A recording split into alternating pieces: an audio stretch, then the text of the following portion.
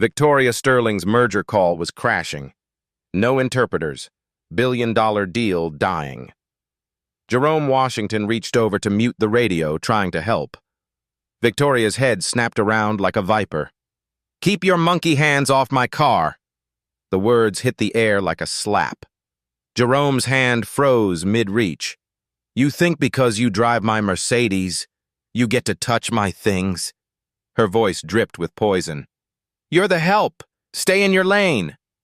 Jerome's jaw clenched. His eyes stayed locked on the road ahead. "Matter of fact, put the partition up.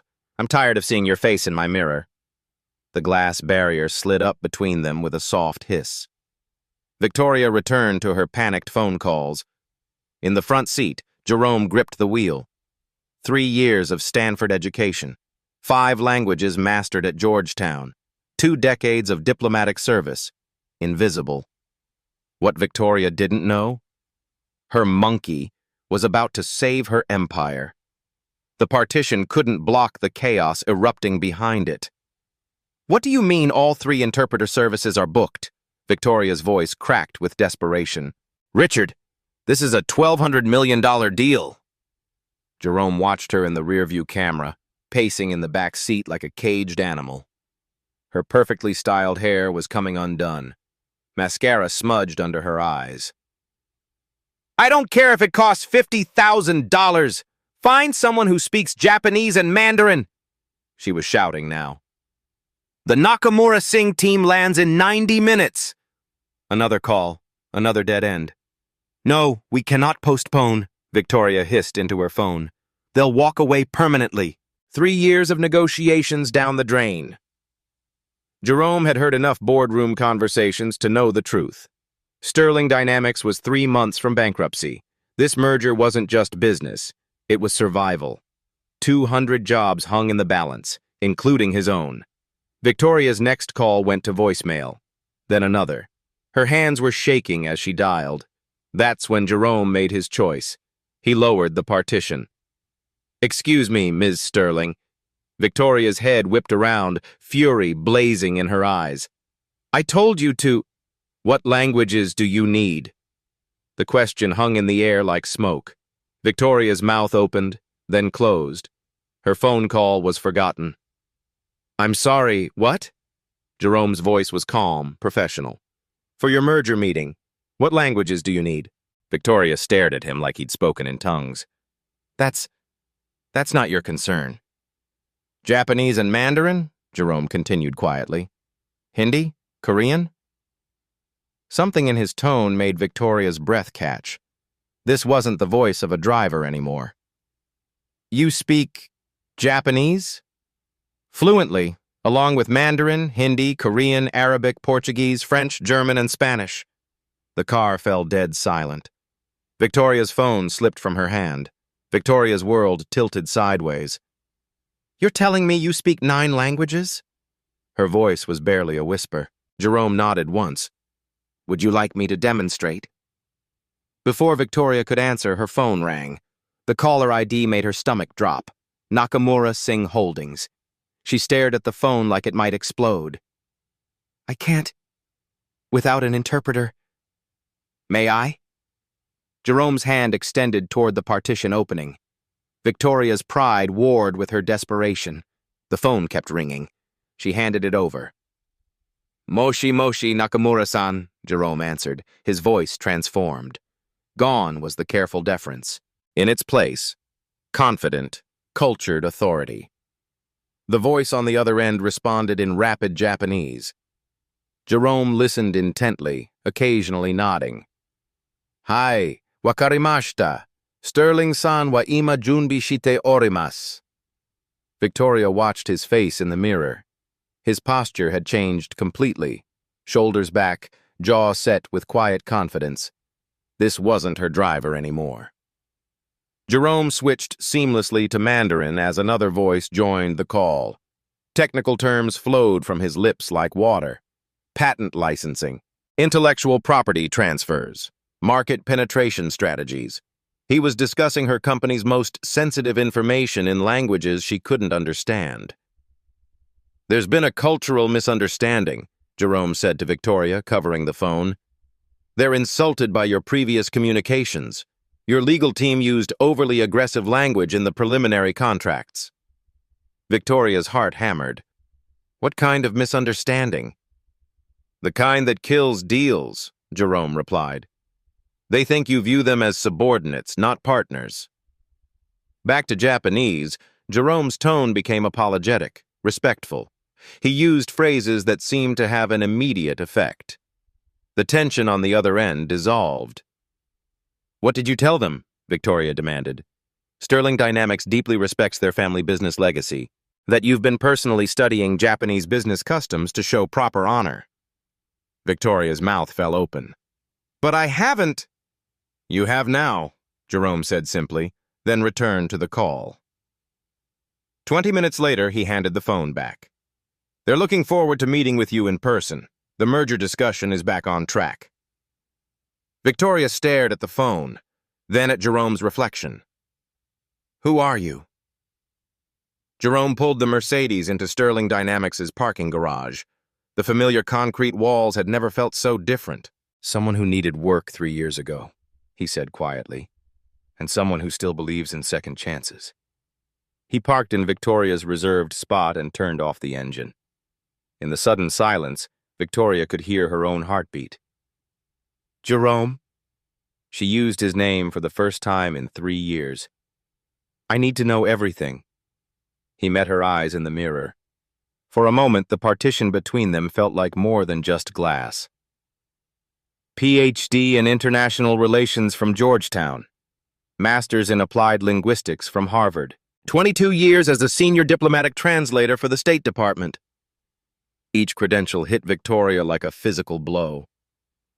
"I specialized in high-stakes multinational negotiations, G7 summits, trade agreements, crisis mediation." Jerome's voice carried no bitterness, just quiet fact. "Budget cuts eliminated my position 3 years ago. I needed work immediately." "Your mother's medical bills," Victoria said suddenly, remembering fragments of overheard phone calls. "Cancer treatment, my daughter's medical school tuition." Jerome nodded. "I applied for over 300 positions in my field. Overqualified for most, too old for others." Victoria felt something cold settle in her stomach. "So you became a driver?" "I became whatever I needed to be to survive."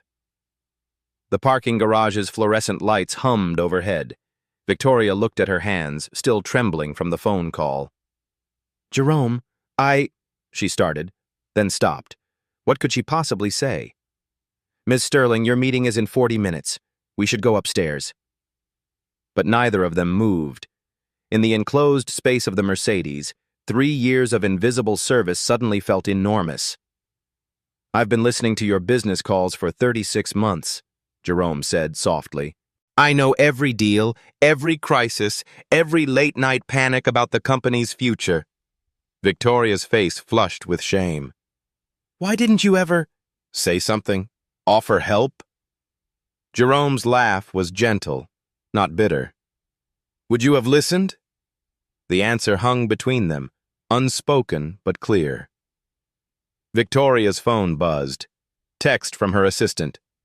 "Nakamura team early. Lobby now." "They're here," she whispered. Jerome was already getting out of the car, moving around to open her door with the same professional courtesy he'd shown for 3 years. But everything had changed.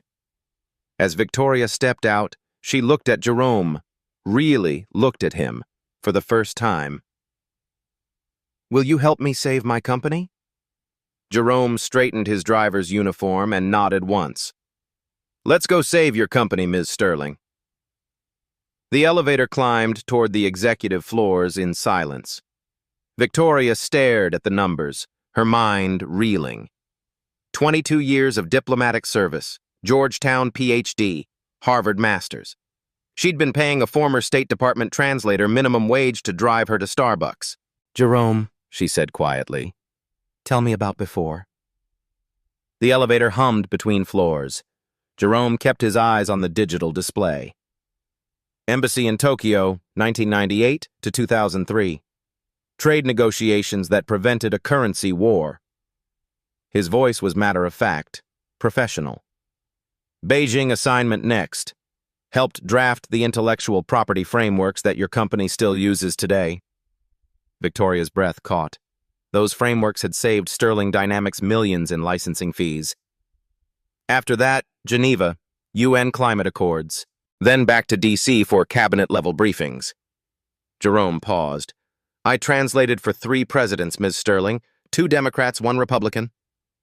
The elevator stopped at the 15th floor. Neither moved to get out. What happened? Victoria asked. Budget Reconciliation Act, 2022. Foreign Service downsizing. Jerome's jaw tightened almost imperceptibly. 20% staff reduction. Last hired, first fired. But your experience meant nothing against spreadsheet mathematics. Victoria felt sick. So you just started driving? I had 2 weeks to find income. Mom's oncology bills were due. Sarah's med school deposit couldn't wait. Jerome's voice never wavered, but Victoria caught the steel underneath. Pride doesn't pay for chemotherapy. The elevator doors opened, then closed again. I applied everywhere. Consulting firms said I was overqualified. Corporations said I was too specialized. Universities said I was too expensive. Jerome finally looked at her. Your company needed a driver. I needed a paycheck. For 3 years, Victoria whispered. For 3 years, he confirmed. Outside the elevator, Victoria's world was collapsing. Inside, she was learning about a man who'd held his world together with quiet dignity. Jerome, why didn't you ever fight back? Demand recognition? He smiled sadly. Ms. Sterling, I've negotiated with dictators and diplomats, but I've never met anyone more dangerous than a person who's already decided what you're worth. The words hit like a slap. Every morning, I chose to see this as temporary, Jerome continued. Every insult, every dismissal, every time you threw your briefcase at me like I was furniture, I chose to believe that someday someone would need what I actually know. Victoria's throat tightened. And today? Today, you need what I know. The elevator shuddered slightly as it waited. Jerome, I owe you. You owe me nothing except the chance to do what I'm trained for. His voice was firm now. Save your company. Save those jobs. That's what matters. Victoria nodded, not trusting her voice. The elevator doors opened to the executive floor. Jerome gestured for her to exit first, falling into step behind her exactly as he had 1,000 times before. But everything was different now. The executive floor buzzed with panic. Victoria's assistant Rebecca rushed toward them, her face pale. Victoria, thank God! The Nakamura advance team is in conference room A. They're asking about cultural protocols and nobody knows. It's handled, Victoria said firmly. Rebecca, meet Jerome Washington, our new interpreter consultant. Rebecca's eyes flicked to Jerome's driver uniform, then back to Victoria. I'm sorry, what? Mr. Washington will be handling all international communications for the merger. Rebecca lowered her voice. Victoria, he's your driver. He's a Georgetown PhD who speaks 9 languages, Victoria shot back. Any other concerns? The color drained from Rebecca's face. There is one small problem, Jerome interjected diplomatically. I should probably change before meeting the delegation. Victoria looked at his uniform for the first time with clear eyes. He was right. Rebecca, take Mr. Washington to the executive shop downstairs. Get him a proper suit. Navy blue conservative tie. She checked her watch. 20 minutes. But the advance team will wait. Victoria's voice carried new authority. Tell them we're reviewing final cultural considerations out of respect for their customs. Rebecca hesitated, clearly struggling with the situation. Now, Rebecca. As they headed toward the elevator, Victoria caught Jerome's arm. Are you ready for this? Jerome straightened his shoulders. Ms. Sterling, I've mediated disputes between nations. I think I can handle a business meeting. 15 minutes later, Jerome returned, transformed. The Navy suit fit perfectly, highlighting his natural dignity. Gone was any trace of the invisible driver. "Better?" he asked. Victoria nodded, speechless. The man before her commanded respect just by standing there. "Conference room A," she said. "Let's see what you can do." The advance team consisted of 3 Japanese executives and 1 translator. They stood when Victoria and Jerome entered, bowing formally. Jerome returned the bow with precise depth and duration, then spoke in flawless Japanese. The lead executive's eyes widened with surprise and pleasure. He responded enthusiastically, gesturing for everyone to sit. "What did you tell them?" Victoria whispered. "That Sterling Dynamics is honored by their presence and grateful for their patience with our cultural preparations." The meeting proceeded in 3 languages. Jerome seamlessly translated technical specifications between Japanese and English while clarifying legal terminology in Mandarin when the Chinese patents came up. But more than translation, he was conducting diplomacy. When the lead executive mentioned concerns about intellectual property protection, Jerome didn't just translate. He addressed the cultural context. "Tanaka-san expresses concern about long-term partnership stability," Jerome explained to Victoria. "In Japanese business culture, this isn't just about contracts. It's about family honor extending across generations." Jerome turned back to the executives, speaking in formal Japanese about Sterling Dynamics' commitment to lasting relationships, not just transactions. The transformation in the room was immediate. Formal politeness gave way to genuine warmth. "How did you know to say that?" Victoria asked during a brief break. "Because I spent 5 years in Tokyo learning what matters beyond the words," Jerome replied. "Business in Asia is always personal first." The advance team leader approached Jerome directly, speaking in rapid Japanese. Jerome listened intently, nodding. "He wants to know if you understand the gift exchange protocols for tomorrow's main meeting," Jerome translated. "He's concerned your team might inadvertently offend Nakamura-san." Victoria felt her stomach drop. "What protocols?"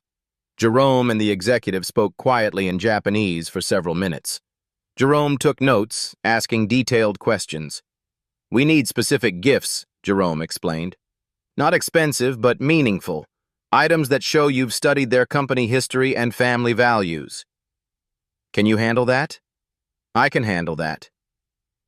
As the advance team prepared to leave, the lead executive shook Jerome's hand with both of his, speaking in Japanese. Jerome bowed deeply in response. "What did he say?" Victoria asked after they'd gone. "He said, finally, Sterling Dynamics sends someone who understands respect." Victoria felt a mixture of pride and shame wash over her. "Jerome, about this morning in the car—" "Ms. Sterling," Jerome interrupted gently, "we have 16 hours to prepare for the most important meeting in your company's history. Personal apologies can wait." He was right. But Victoria couldn't shake the image of how she'd treated him just hours ago. "What do we need to do?" Jerome pulled out his notes. "Learn their names, their titles, their family businesses. Understand why this merger matters to them personally, not just financially. And the gifts? I have ideas. But first we need to call your legal team about those contract revisions." Victoria looked at Jerome with new eyes. This wasn't her driver anymore. This was her lifeline. "Lead the way, Mr. Washington."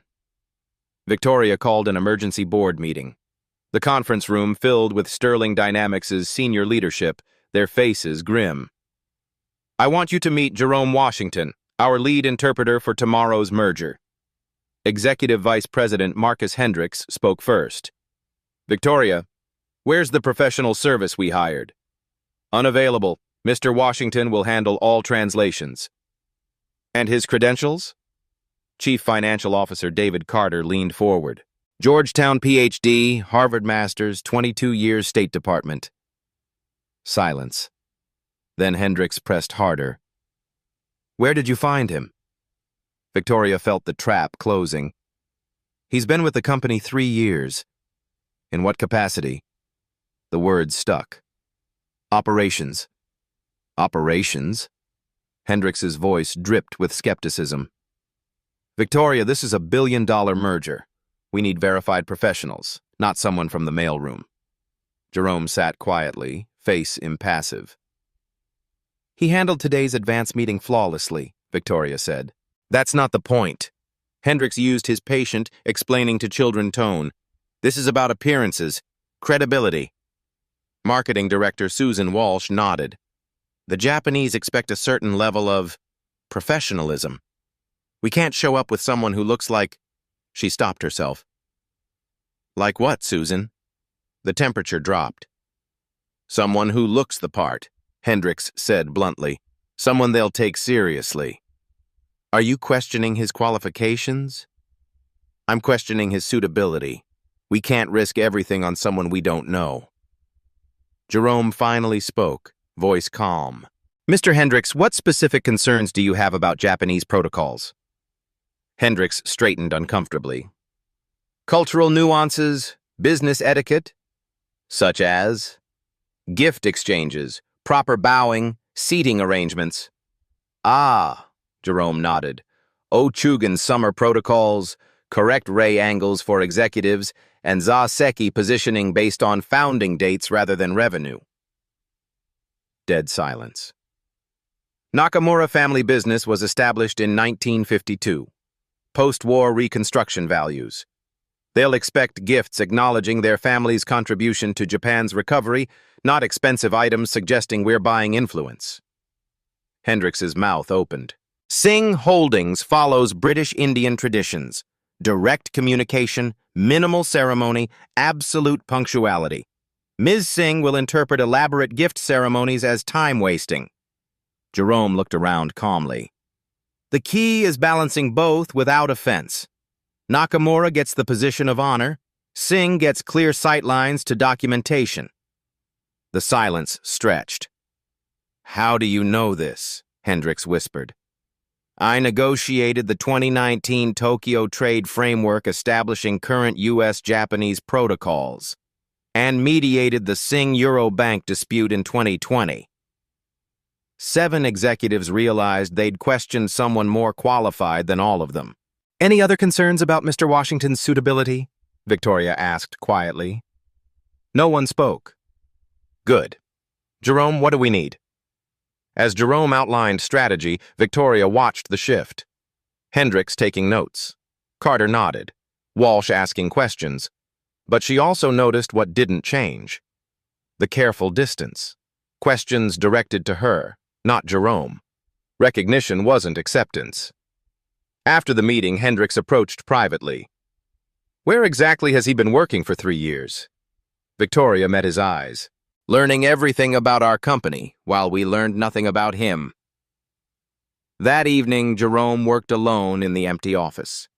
Victoria found him at 9 p.m., surrounded by documents, cultural research, and gift samples. You should go home, she said. Get some rest. Jerome looked up from his notes. Almost finished. Just reviewing the technical patents one more time. Victoria noticed the precision of his preparation. Color-coded files for each executive, cultural protocol checklists, even backup conversation topics. Jerome, this is beyond thorough.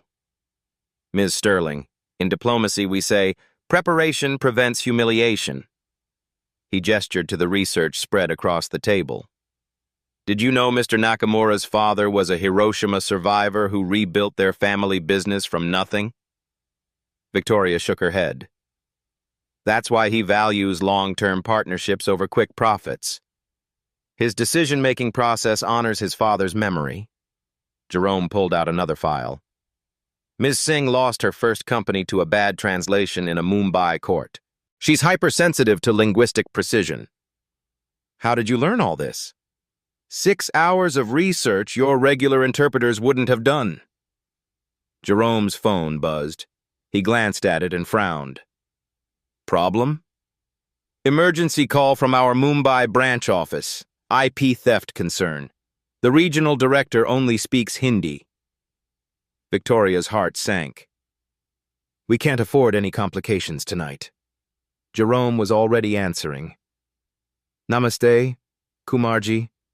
Main Jerome bol raha hun. For 20 minutes, Jerome mediated a three-way crisis.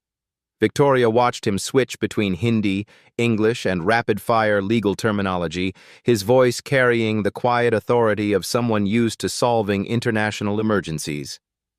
"What was that about?" Victoria asked when he hung up. "The competitor tried to steal your Mumbai AI algorithms. Kumar caught them but needed immediate legal guidance in Hindi. It's handled." Victoria stared. "You just solved that?"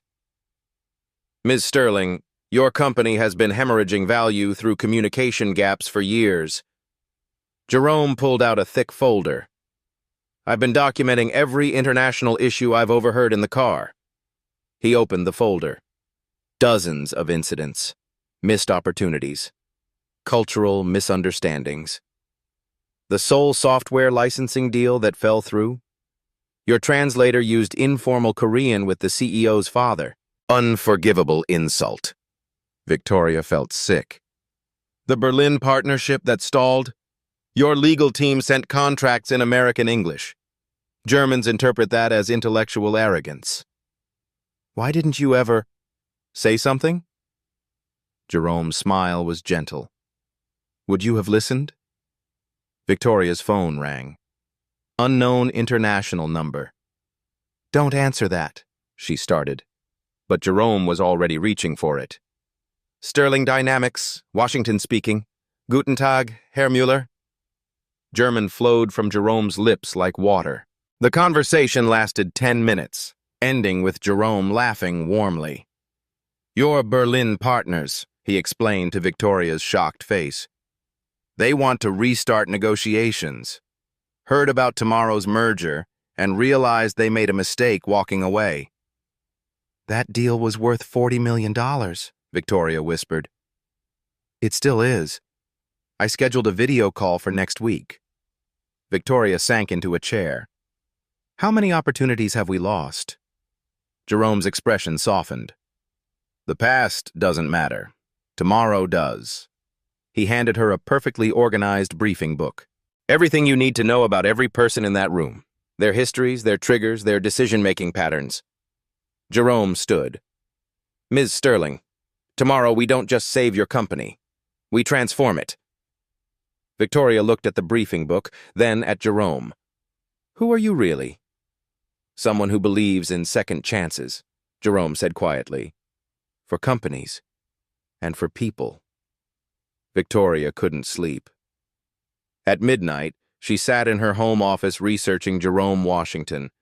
What she found made her hands shake. State Department commendations, diplomatic achievement awards, news articles praising his negotiation breakthroughs, a photo of him standing behind 3 presidents during international summits. Her driver had shaped global trade policy. The next morning, Victoria called the board into an emergency session before the merger meeting.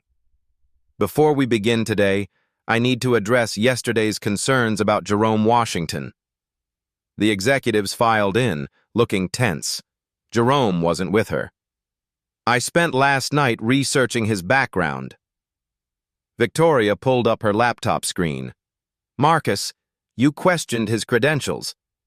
A State Department citation appeared on the conference room monitor.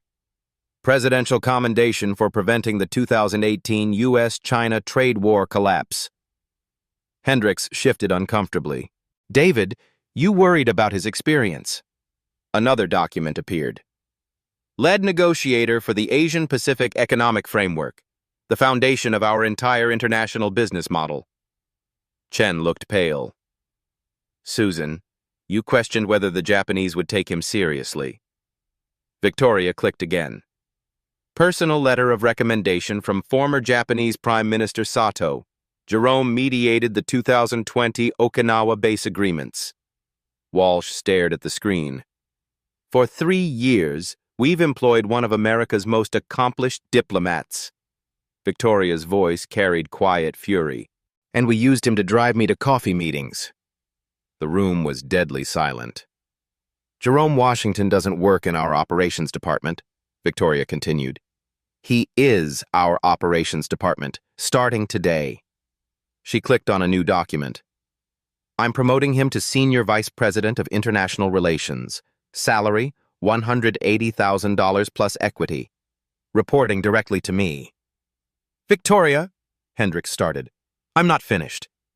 Victoria's voice cut through his objection. Jerome will also head our new Cultural Intelligence Division. Budget, $2 million annually. Staff, his choice. She closed the laptop.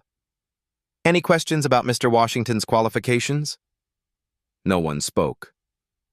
Good, because he's about to save this company. 20 minutes later, Jerome entered the boardroom wearing a perfectly tailored charcoal suit. Victoria noticed the immediate shift in posture around the table. Respectful attention replaced yesterday's skepticism. Ladies and gentlemen, Victoria announced formally, I present Jerome Washington, Senior Vice President of International Relations. She handed him a business card holder, his new cards printed overnight. Jerome accepted it with quiet dignity. Thank you for this opportunity. The opportunity is ours, Victoria replied, meaning every word. Chief Technology Officer Kim cleared his throat. Mr. Washington, I owe you an apology. No apology necessary, Jerome said gracefully, but I appreciate the acknowledgement. One by one, the executives who'd questioned him yesterday offered their respect. Jerome accepted each gesture with professional grace. Now, Victoria said, let's go save our company. As they filed out, Hendricks approached Jerome privately. Washington, I was wrong yesterday. Completely wrong. Jerome shook his hand firmly. Marcus, we all make assumptions. What matters is what we do after we realize them. Victoria watched the exchange, feeling something she hadn't experienced in years. Pride in her leadership. Ready, Mr. Vice President? She asked Jerome. Jerome straightened his tie and smiled. Ready, Ms. Sterling? For the first time in 3 years, Jerome Washington walked into a business meeting as himself. The elevator to the executive conference room felt different this time. Victoria and Jerome stood side by side, equals now, but the weight of the coming meeting pressed down on both of them. Jerome, Victoria said quietly, I need you to know something. He looked at her reflection in the polished steel doors. If this deal fails, Sterling Dynamics has maybe 3 months before bankruptcy. Her voice was barely above a whisper. 200 people lose their jobs, including yours. Jerome nodded slowly. How long have you been carrying this alone? 2 years? Maybe longer? Victoria's hands trembled slightly. I tell the board we're restructuring. I tell investors we're pivoting. But the truth is, we're dying. The elevator climbed silently through floors of bustling offices. People who had no idea their livelihoods hung on the next 2 hours. Jerome, I have to ask you something personal. Go ahead. Why are you helping me? After everything, after how I treated you. Jerome was quiet for a long moment. Ms. Sterling, can I tell you about my daughter? Victoria nodded. Sarah's in her 2nd year at Johns Hopkins Medical School. Pediatric oncology track. Jerome's voice carried quiet pride. She wants to treat children with cancer because she watched her grandmother fight it. The elevator passed the 20th floor. 3 months ago, Sarah called me crying, said she might have to transfer to community college because of the cost. Jerome's jaw tightened. I told her not to worry, that her father would figure it out. Victoria felt her throat close. She doesn't know I've been driving instead of consulting. I think I'm taking a sabbatical to write a book. Jerome smiled sadly. Every month I transfer money to her account and tell her it's from my research grant. Jerome. Yesterday morning, when you humiliated me in the car, I drove straight to a job interview. 3rd one this week. He looked directly at Victoria. Marketing coordinator at a community college. $28,000 a year. Victoria's eyes filled. I was going to take it. Tell Sarah to transfer. except that my career was over at 52. Jerome straightened his shoulders. But then you needed help. The elevator slowed as it approached the executive floor. Jerome, when this is over, when we save the company, if we save it. When we save it, Victoria repeated firmly. I want you to call your daughter. Tell her she's going to be the best pediatric oncologist in the country, and that her father made it possible. Jerome's eyes were bright. And I want you to know that saving your company isn't just about the jobs or the money. What's it about? Proving that talent exists everywhere, that worth isn't determined by job titles. Jerome met her eyes. That people like your daughter, and mine, grow up in a world where they're seen for who they really are. The elevator doors opened to reveal the conference room where their futures waited. Victoria extended her hand. Partners? Jerome shook it firmly. Partners. They walked toward the biggest meeting of their lives, no longer boss and employee, but two people fighting for the same dream. The Nakamura Singh Holdings delegation filled Sterling Dynamics' largest conference room. Floor-to-ceiling windows overlooked the city, but all eyes focused on the polished mahogany table where $1.2 billion hung in the balance. Mr. Hiroshi Nakamura, 73, sat with the quiet dignity of old Japanese business aristocracy. Ms. Priya Singh, sharp-eyed and direct, checked her tablet with military precision. Mr. Lee Carter, Chief Technology Officer, studied technical documents with laser focus. Victoria entered with Jerome at her side. The room fell silent. Jerome approached Mr. Nakamura first, bowing with perfect depth and duration. He spoke in formal Japanese, his voice carrying respectful authority. Nakamura's eyes widened with surprise and pleasure. He responded warmly, gesturing for everyone to be seated. What did you tell him? Victoria whispered. That Sterling Dynamics is honored by his presence and grateful for the wisdom of his family's business legacy. The first hour proceeded smoothly. Jerome seamlessly translated technical specifications between 3 languages while managing cultural nuances that could derail everything. Then the crisis hit. Ms. Singh suddenly stopped mid-sentence, her face darkening. She spoke rapidly in Hindi to her assistant, then turned to the room. I'm sorry, but we've discovered a serious problem. Victoria's blood ran cold. Our Mumbai office just informed me that Sterling's IP protection protocols are insufficient for our standards. Singh's voice was nice. We cannot proceed with a company that has such loose security measures. The room went dead silent. Victoria felt the deal slipping away. Jerome leaned forward slightly.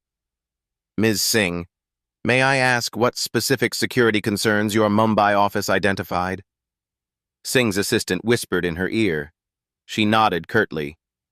Unauthorized access to algorithmic frameworks. Potential competitor infiltration. Singh closed her folder with finality. This is exactly why our last partnership failed. Victoria started to panic, but Jerome remained calm. Ms. Singh, I believe there may be a misunderstanding. Jerome switched to Hindi, speaking directly to Singh's assistant. The young man's eyes widened. He responded rapidly in Hindi, his tone urgent. Jerome nodded, then addressed the room in English. The security breach Ms. Singh referenced was resolved yesterday evening. Sterling's Mumbai team detected the intrusion attempt and implemented immediate countermeasures. He looked directly at Singh. I personally coordinated the response with your regional director, Kumarji. The attempted breach was unsuccessful, and we've identified the competitor responsible. Singh stared at Jerome. You coordinated this?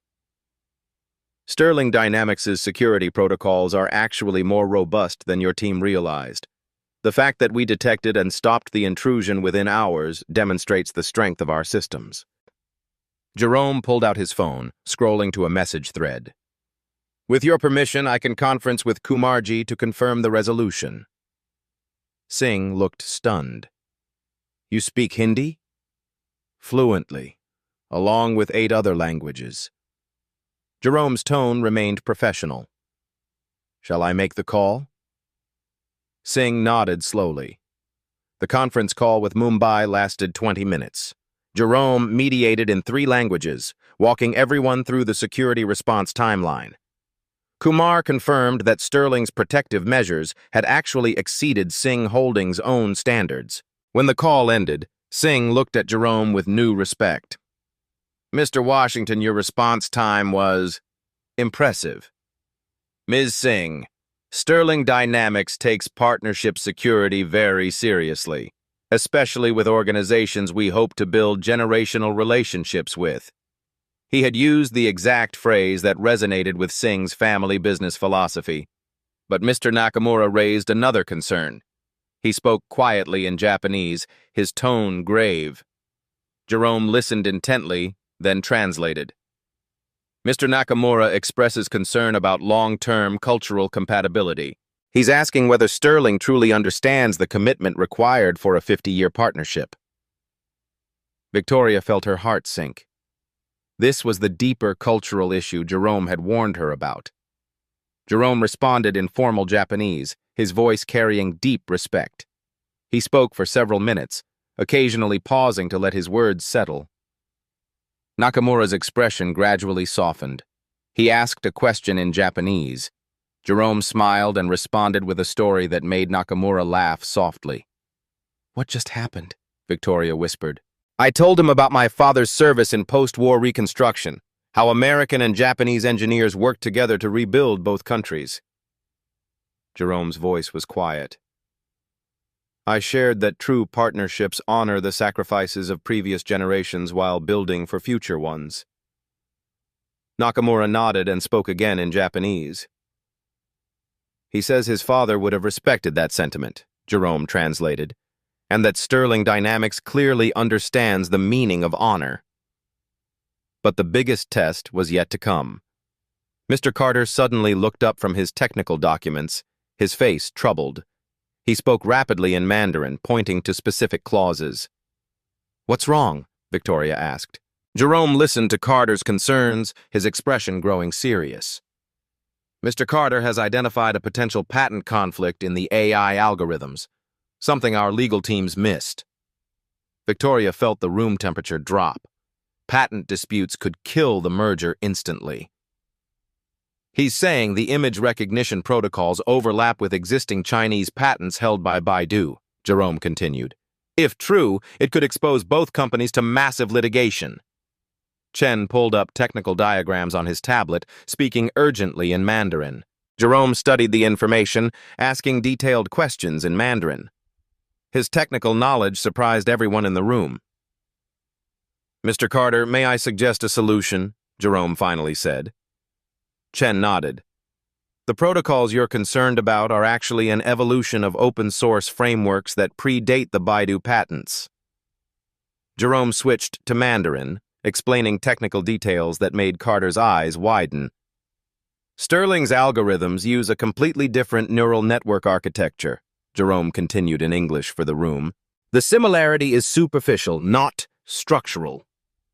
He pulled out his own tablet, showing comparative code structures that proved his point. Chen studied the information intently, then smiled broadly. He spoke in Mandarin, bowing slightly to Jerome. "Mr. Carter says I understand the technology better than most programmers," Jerome translated, "and that he's satisfied with our IP protection." The room collectively exhaled. 3 hours later, the impossible had become reality. Sterling Dynamics and Nakamura Singh Holdings hereby agree to a 50-50 partnership valued at $1.2 billion. Mr. Nakamura's voice carried the weight of history. "Implementation begins immediately." The conference room erupted in quiet celebration. Handshakes, bows, and relieved smiles filled the space where tension had reigned for hours. But then something unprecedented happened. Mr. Nakamura stood slowly, commanding attention through presence alone. He addressed the room in careful English, his accent precise. "Before we proceed with celebrations, I must acknowledge someone who made this partnership possible." Every eye turned to follow his gaze toward Jerome. This merger succeeded not because of favorable terms or financial projections, but because of Mr. Washington's exceptional diplomatic skill. The room fell completely silent. In 40 years of international business across 23 countries, I have never encountered such cultural intelligence combined with technical expertise. Nakamura bowed formally to Jerome, the gesture carrying profound meaning. You honor both our traditions and your own profession. Jerome stood and returned the bow with perfect depth and duration, his face reflecting quiet dignity. Ms. Singh rose next, her usual directness softened by genuine admiration. Mr. Washington, we've engaged interpretation services across 6 continents. You are the finest cultural liaison we have ever encountered. She approached Jerome with her business card, presenting it with both hands in traditional Japanese style despite her Indian heritage. We would be deeply honored if you would consider consulting for our Mumbai operations. Jerome accepted the card with appropriate ceremony. The honor would be mine, Ms. Singh. Mr. Carter joined them, speaking in rapid Mandarin with obvious excitement. Jerome responded fluently, making Carter laugh and clap his hands together. What did he say? Victoria asked, mesmerized by the exchange. He offered me a position as their chief cultural officer for all Asian operations, Jerome translated with a slight smile. I told him I already have the perfect job. The room filled with warm laughter, the tension of hours melting away, but the most meaningful moment was yet to come. Mr. Nakamura approached Jerome carrying a small silk-wrapped package. His movements were ceremonial, reverent. In Japanese business culture, this gesture represents profound professional respect between equals. Jerome received the package with both hands, unwrapping it with careful attention to the silk cloth itself. Inside lay an antique business card case, clearly a family heirloom of significant age and beauty. This belonged to my father, who rebuilt our company after the war, Nakamura said quietly, his voice thick with emotion. He believed that respect transcends nationality, language, and circumstance. He would have wanted you to have this. Jerome's hands trembled slightly as he held the precious gift. He bowed deeply, holding the case against his heart. Nakamura-san, I am profoundly honored by this trust. The entire room watched this exchange in respectful silence, understanding they were witnessing something rare and beautiful. Victoria felt tears threatening. In 30 years of corporate leadership, she had never seen such genuine respect between professionals from different worlds. Mr. Washington, Ms. Singh interjected softly, we have one additional request, if you'll permit us. Jerome looked at her expectantly. Our annual Global Partners Conference convenes next month in Singapore. 500 executives from 37 countries. Singh paused meaningfully. Would you consider being our keynote speaker? The invitation hung in the air like a precious offering. Jerome glanced at Victoria. With Sterling Dynamics' permission, naturally, Singh added quickly, showing proper deference to his employer. Victoria smiled broadly. Mr. Washington makes his own decisions about speaking engagements. He's an executive now, not an employee. Jerome accepted graciously, his voice steady despite the magnitude of the moment. As the delegation prepared to depart, each executive made personal contact with Jerome. Not merely business cards, but private phone numbers, personal email addresses, direct access to some of the most powerful business leaders in Asia. Mr. Washington, Nakamura said as they shook hands in farewell, you have my personal number now. Please use it whenever you need anything at all. When the elevators finally closed on the departing delegation, the Sterling Dynamics boardroom buzzed with electric energy. Marcus Hendricks approached Jerome first, his earlier skepticism completely transformed. Jerome, I owe you far more than an apology. I owe you my gratitude, my respect, and frankly, my job. His voice was humble. Without you, we'd all be updating our resumes tonight. One by one, the executives who had questioned Jerome's qualifications 24 hours earlier offered their personal admiration and professional respect. Chief Financial Officer David Carter shook Jerome's hand warmly. "I've been in international business for 15 years. I've never seen anything like what you did there." Marketing Director Susan Walsh, who had worried about appearances, was nearly in tears. "Jerome, I'm ashamed of what I said yesterday. You showed me what real professionalism looks like." But Victoria had saved the biggest surprise for last. "Ladies and gentlemen," she announced, calling for attention, "before we open the champagne, I have one final announcement." She produced an official document from her briefcase, her hands steady despite the emotion in her voice. Effective immediately, Jerome Washington is promoted to Executive Vice President of Global Relations.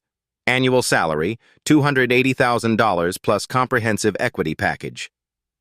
Jerome's breath caught audibly. Additionally, Mr. Washington will oversee our new International Cultural Intelligence Division with an annual budget of $8 million and authorization to hire a team of 20 specialists worldwide. The room erupted in sustained applause. "But most importantly," Victoria continued, her voice growing thick with emotion, "Mr. Washington will serve as my personal advisor on all matters involving human dignity, corporate culture, and the recognition of talent wherever it exists." She handed Jerome a leather portfolio. "Your equity package makes you the third largest individual shareholder in Sterling Dynamics. You're not just an employee anymore, Jerome. You're the owner of this company." Jerome opened the portfolio with trembling hands, staring at documents that represented more financial security than he'd ever imagined. "Miss Sterling, I don't know what to say," he managed. "Say you'll help me build a company that sees people the way you helped me see you," Victoria replied. "Say you'll help me become the leader I should have been all along." Jerome nodded, unable to speak. The celebration continued for 2 hours. Champagne flowed. Phone calls were made to spouses and children. Plans were drawn for Jerome's new division. But the most meaningful moment came when Jerome stepped into Victoria's private office to make a personal call. Victoria watched through the glass wall as Jerome dialed his daughter. "Sarah? It's Dad. Sweetheart, are you sitting down?" She could see him crying and laughing simultaneously as he spoke. "No, honey, you absolutely don't need to transfer schools. In fact, your father just became an executive vice president. Your medical school is fully funded, all 4 years. Focus on becoming the incredible doctor I know you'll be." When Jerome returned to the celebration, his eyes were bright with pure joy. "How does it feel?" Victoria asked quietly. Jerome looked around the room at his new colleagues, then at the city lights beginning to twinkle outside the windows.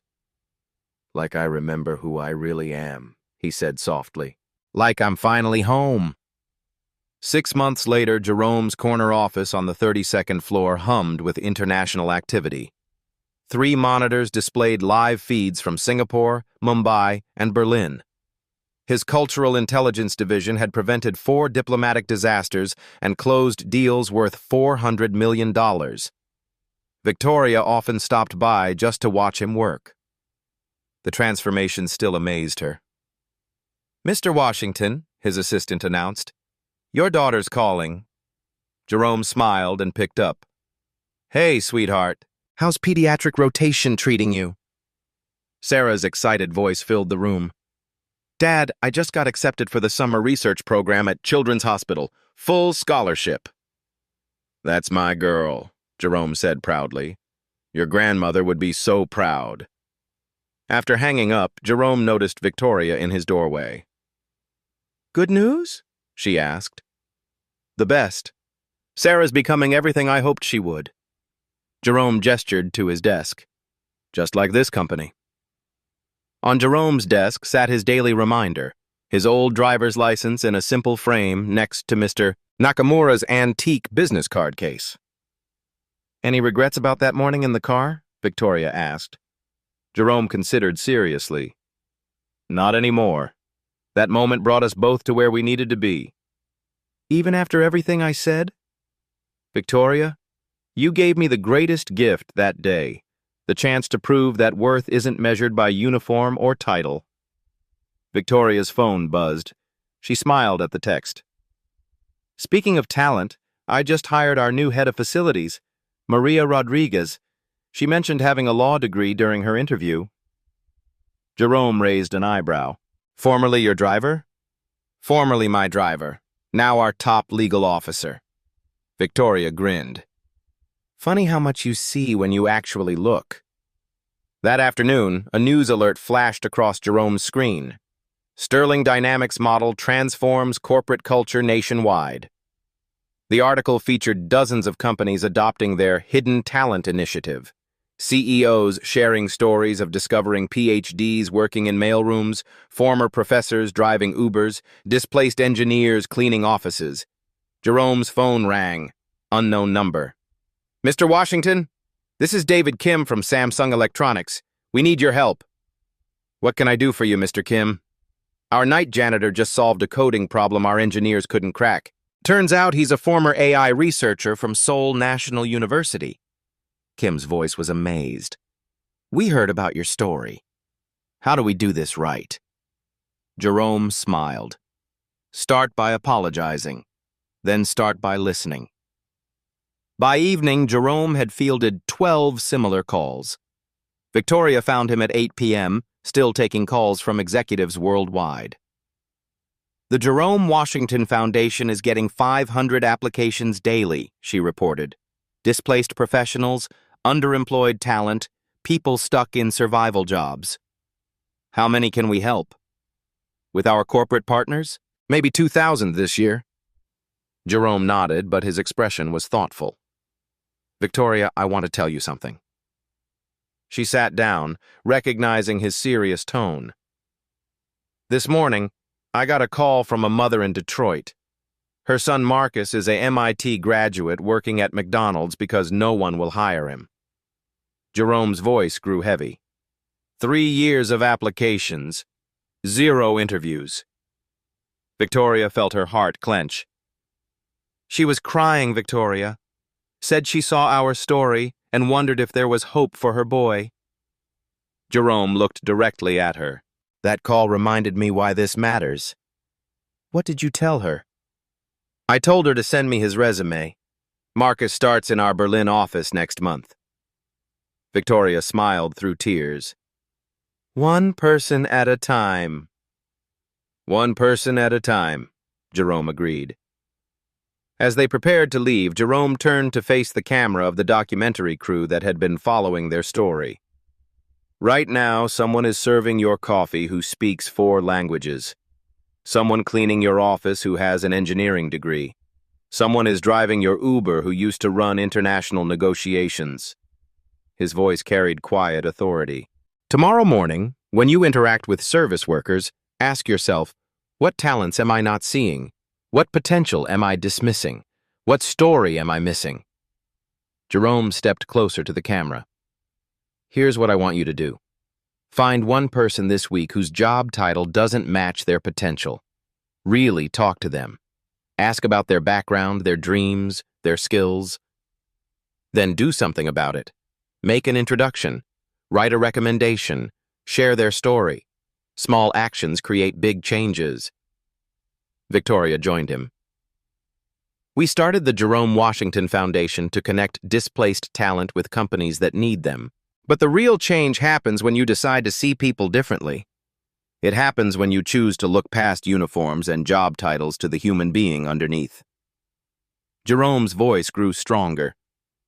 Because talent doesn't wear designer suits. Brilliance doesn't need corner offices. Worth isn't measured by your paycheck. It's revealed by your character. He paused, letting the words settle. If this story touched you, share it. Tag someone who needs to hear it. Comment about a time you discovered hidden talent. Help us build a world where everyone gets seen for who they really are. Subscribe to Black Tales Stories if you believe everyone deserves a second chance. Like if you think talent exists everywhere. And remember, Jerome looked directly into the camera with quiet intensity. The person who could change your life might be sitting in the front seat.